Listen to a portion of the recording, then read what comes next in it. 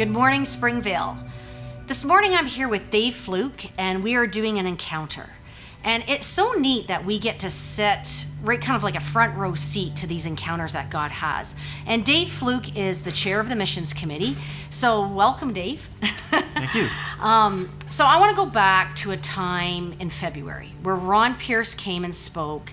And so kind of how did that affect you as you were sitting there listening to him speak? Yeah, so it was Missions Week, and we'd asked Ron Pierce to come and speak about Ethiopia and some of the incredible things that were happening there. And, he spoke about hundreds of thousands coming to Christ, entire villages turning to Christ. But the thing that really stood out was the scarcity of Bibles. And That's incredible. I mean, I just cleaned my basement the other night, and I had so many Bibles. And so when we were going back and forth this week with this, I thought, oh my goodness, we just take so much for granted. Okay, so Ron has spoken, you're sitting there, and then so what's your response in all this? Do you walk away from it? Do you think you have to bring it to the missions committee? Give me the next steps of that. I think the next thing, it was really just a burning sort of thought that how can Springvale get involved with these Bibles? So I took it back to our committee, and Regan, we asked him to sort of investigate further. Okay. What could be done, and when he came back with a report, we felt the need was even greater than we anticipated. Oh wow. So one example, which was really blew us away. In a 40-day period between April and May, 1,020 evangelists came in for this evangelistic conference there. Okay.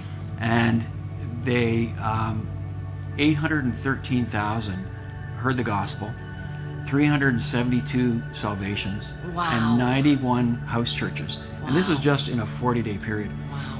There was a follow-up to that with even greater numbers. So.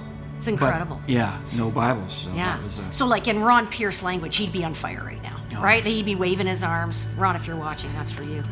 But okay, so Bibles. Tell me how much they cost. So if we're going to get involved in this, I think this is where we're going. How much does a Bible cost?